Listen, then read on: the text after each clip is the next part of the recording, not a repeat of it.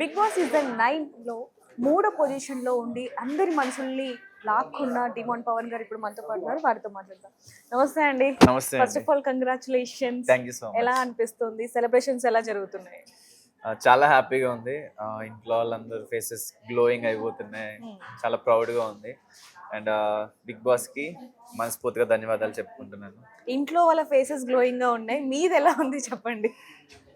Sleep ఒక్కటి లేదు కానీ చాలా హ్యాపీగా ఉంది. అసలు మాటల్లో చెప్పలేను. ఈ ఫీలింగ్ ఇప్పుడున్న పొజిషన్ ఇదే, ఇప్పుడున్న ఫీలింగ్ ఎలా కంటిన్యూ అవ్వాలి. నేను ఇంకా బాగా బాగా మంచి మంచి ప్రాజెక్ట్స్ అటు చూసి చెప్పండి. లేదు. ఓకే. సో ఇదే ఫీలింగ్ ని మా ఇంట్లో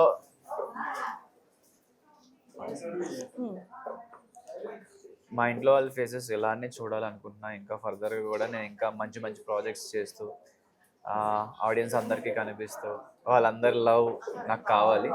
సో లైఫ్లో బాగా గ్రో అవ్వాలి, చాలా మందికి ఇన్స్పిరేషన్గా ఉండాలనుకుంటున్నా.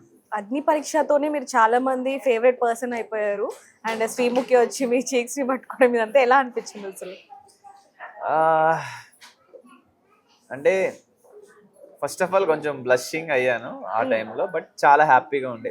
అంటే మనల్ని అప్రిషియేట్ చేసినప్పుడు ఆబ్వియస్లీ అబ్బా భలే ఉంది ఆ ఫీలింగ్ ఏంటంటే అందరికీ ఉండాలి. అందరూ ఎక్స్పీరియన్స్ అయితే చాలా బాగుంటుంది. బిగ్ బాస్ లోకి వెళ్ళాక ఒకవైపు కామనర్స్, మరోవైపు సెలబ్రిటీస్, ఇద్దరు ఎలా ఉంటారు అనుకున్నారు? అంటే ఏమైనా తేడా అనిపించిందా స్టార్టింగ్ లో? స్టార్టింగ్లో కొంచెం మొగమాటంగా ఉండేది.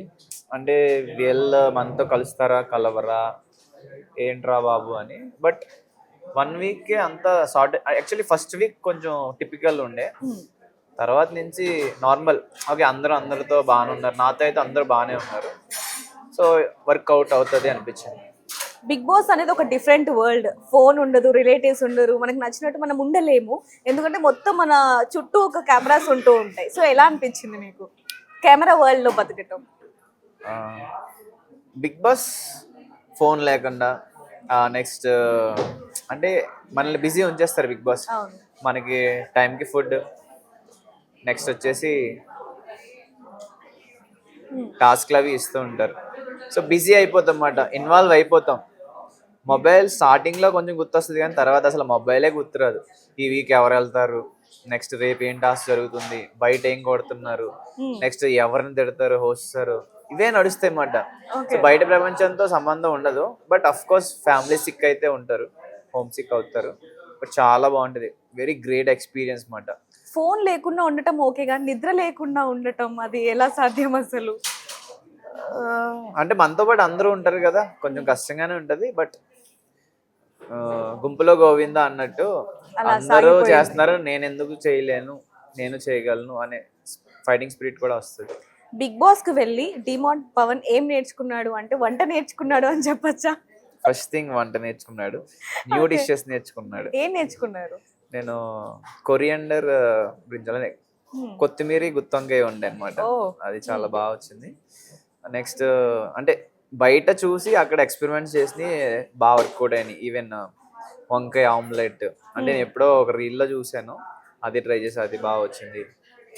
ఇంకా న్యూ రెసిపీస్ అంటే చిప్స్ ఉంటాయి కదా, యాక్చువల్లీ చపాతీ చిప్స్ హాట్ మేము తింటాం. ఓకే, మనకి బయట పంచదార పాకం వేసి చేస్తారు కదా గవ్వలని, నేను ట్రై చేసా, బాగా వచ్చినాయి.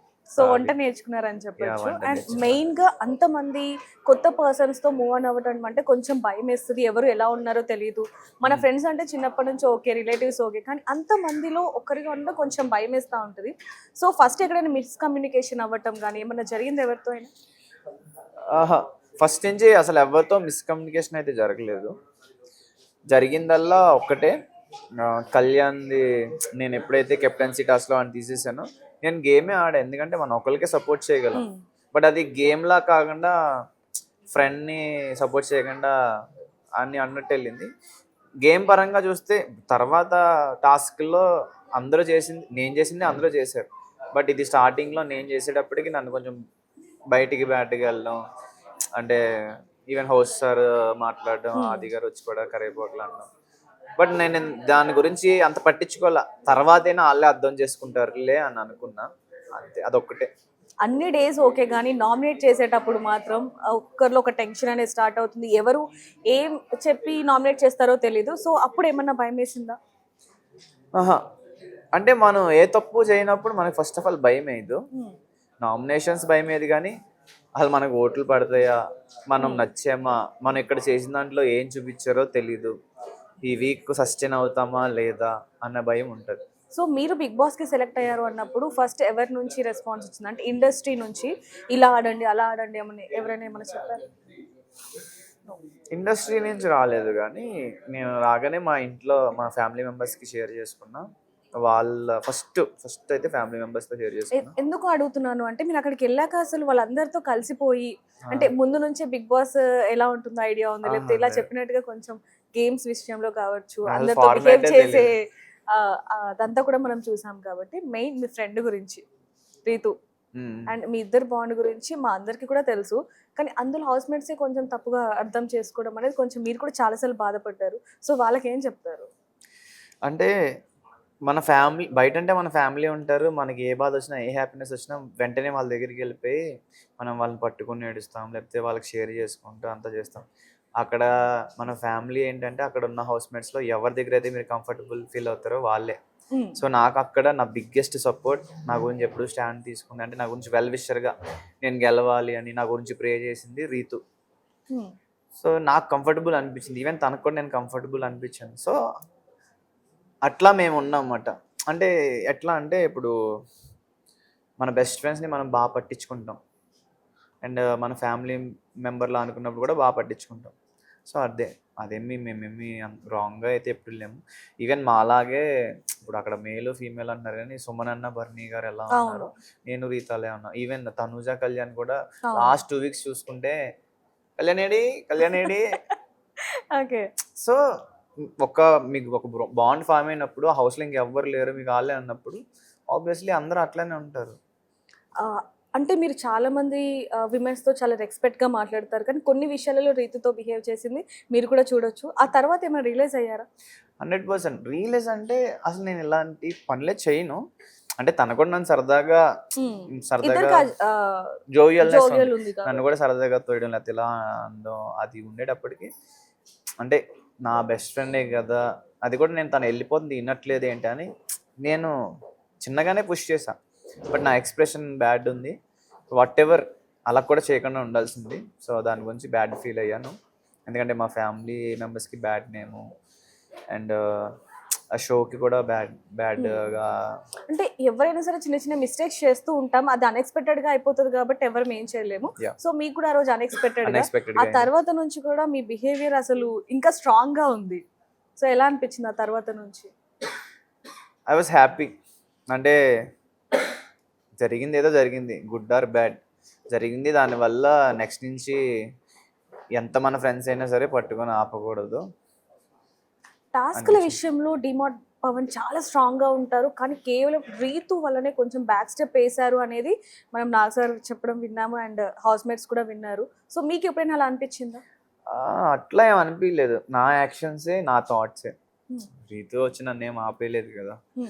అంటే everything happened inside my brain, దాన్ని బట్టి నేను యాక్షన్స్ చేశాను. మేబీ లాస్ట్ 2 weeksలో ఉన్నది నాకు నేనుగా నేను స్టార్టింగ్ నుంచి ఉండుంటే బాగుండేది. నా మొహమాటం నా సిగ్గు పక్కన పెట్టి, అంటే నేను నా బెస్ట్ ఫ్రెండ్ ఉన్నప్పుడు నేను నా బెస్ట్ ఫ్రెండ్కే ప్రయారిటీ ఇస్తాను. అండ్ వేరే వాళ్ళతో ఎక్కువ ఉంటే మళ్ళీ నా బెస్ట్ ఫ్రెండ్ ఎక్కడ లోన్లీ ఫీల్ అవుతుందని నాకు నేనే అనుకుంటా. సో అట్లా నేను అనుకున్నా. అంటే గేమ్లో ఇట్స్ కామన్ అన్నమాట, మనం ఒకళ్ళకి ఉండాలి, మనకి ఒకళ్ళు ఉంటారు, తర్వాత ఇంకా ఇట్ హ్యాపెండ్ అంతే. రీతు వల్ల అని ఏం అనుకోకూడదు, ఇప్పుడు తన వల్లే నేను ఇంత దూరం ఉండొచ్చు, టాప్ 3లో ఉండొచ్చు. తన వల్లే ఓకే పవన్ ఇంత పేషెన్స్ ఎక్కువ, పవన్కి ఇంత మెచ్యూరిటీ ఎక్కువ, పవన్ ఇన్ని వంటలు చేయగలడు. ఎవరి వల్ల మనకి ఏం జరిగిద్దో తెలియదు, మంచి జరిగింది అనుకుంటే జరగవచ్చు. అయితే ఎవరైనా సరే అబ్బాయిలు ఫీలింగ్స్ అన్ని లోపల పెట్టుకుంటారు అంటూ ఉంటారు కదా. సో బిగ్ బాస్కి వెళ్ళాక మీ ఫీలింగ్స్ అన్ని బయటపడ్డాయి, ఎక్కువగా ఎమోషనల్గా బాగా కనెక్ట్ అయ్యారు అంటే ఏం చెప్తారు? కొంచెం బెటర్ కంపారిటివ్ బయట వాళ్ళ కన్నా కొంచెం అక్కడ ఎమోషన్స్ అయితే కొంచెం ఓవర్వెల్మ్ అయ్యాయి, బట్ ఇంకా అవ్వచ్చు. But it's a good experience.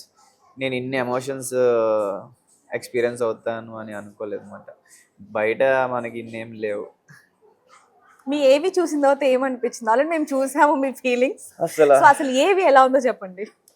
నేను లిటరల్లీ నాకు ఏవి తెలీదు ఇలా చెప్తారు ఇలా అని. రీతుకి ఈ ఏవి గురించి తెలుసు. రీతు నేను టాప్ 5లో ఉండాలి, నా ఏవి నేను చూసుకోవాలంది. దెన్ అలా రీతు అలా చెప్పేటప్పటికి నేను కూడా చూడాలి నా గురించి అసలు బిగ్ బాస్ ఏం చెప్తారు, ఏం పోతారని వెయిట్ చేసి ఉన్నా. స్టార్ట్ చేశారు. Commoner to conqueror, one man army, మీ వెనుక ఎవరున్నా లేకపోయినా మీరు నిలబడ్డారు. అసలు ఈ వర్డ్స్ అన్ని చెప్తుంటే కొండంత బలం మీరు మీరు కొండ ఆనంద బాష్పాలు చూసాం మేము. అసలు వెరీ హ్యాపీ అన్నమాట. అంటే అండ్ మీరు యాజ్ ఏ పర్సన్ వెరీ అంటే చాలా మంచి పర్సన్ అన్నట్టు చెప్పారు నాకు. అమ్మ నన్ను బిగ్ బాస్ బాగా అర్థం చేసుకున్నాడు, ఇది చాలు నేను బిగ్ బాస్కి బాగా అర్థమయ్యాను, హ్యాపీ. పైగా కొత్త కోణం ఏదో చూసాము. అండ్ అది పక్కన పెడితే మీ మనసు మీ మాట వినలేదు అని చెప్పారు. It happened. సో ఒక్కొక్కసారి మనమే అనేసుకుంటాం కొన్ని, ఒక్కొక్కసారి వేరే పర్సన్ వల్ల మనం ఆగుతాం. గుడ్ ఆర్ బ్యాడ్, దానివల్ల మనకి గుడ్ జరగచ్చు, బ్యాడ్ జరగచ్చు, దానివల్ల మనం నేర్చుకోవచ్చు. అంతే, అంతా మనం మంచిగా అనుకోవాలి. ఇప్పుడు ఇమాన్యుయల్ మీకు చాలా క్లోజ్, అంటే రీతు కంటే క్లోజ్, అంటే రీతుతో కూడా ఎలా ఉంటారు ఇమాన్యుయల్తో కూడా అలానే ఉంటారు.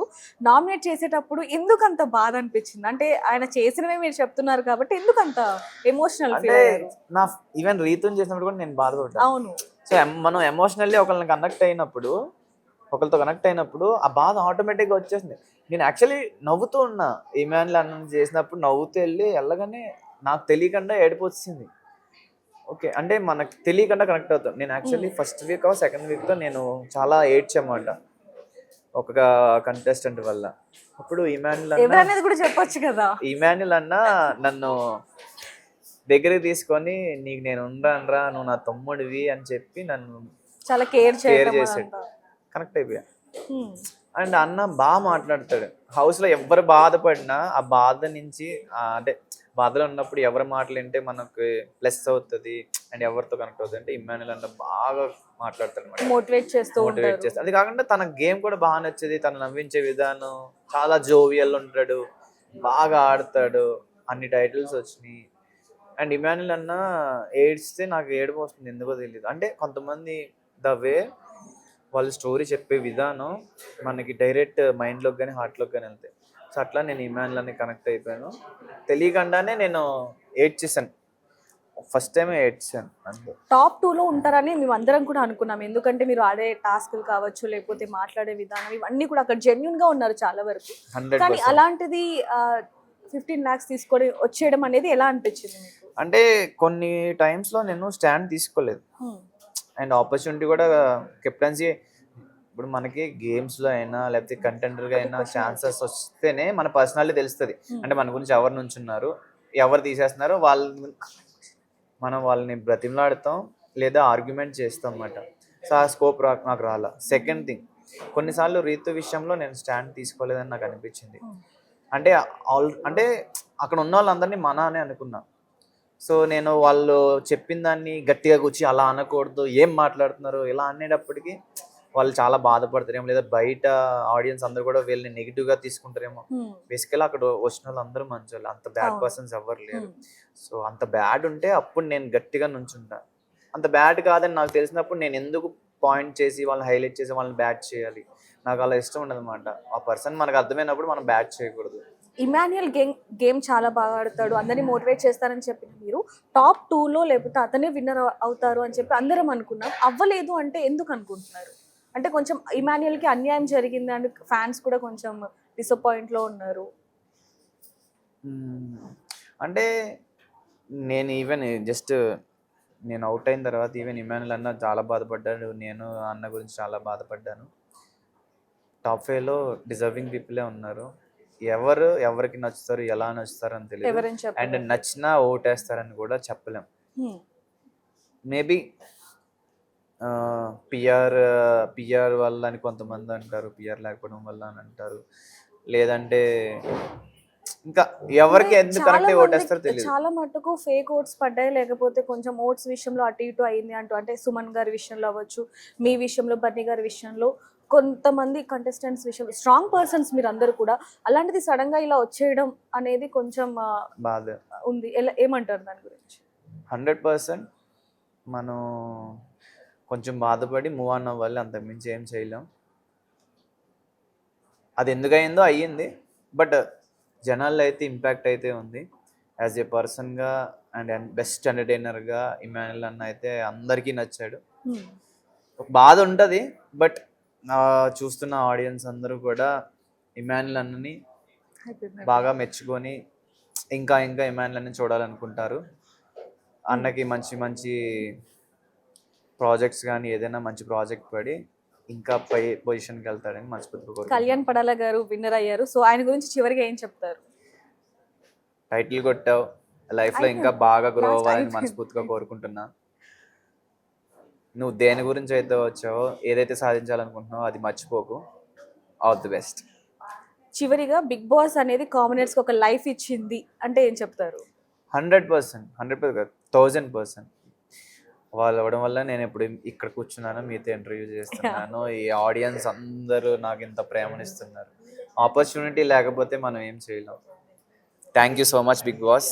నేను జీవితాంతం మీకు రుణపడి ఉంటాను. Thank you so much. మీరు ఇలాగే గ్రోత్ అవ్వాలని చెప్పి మేము కూడా కోరుకుంటున్నాం. Thank you so much. For more videos like this, subscribe Big TV channel.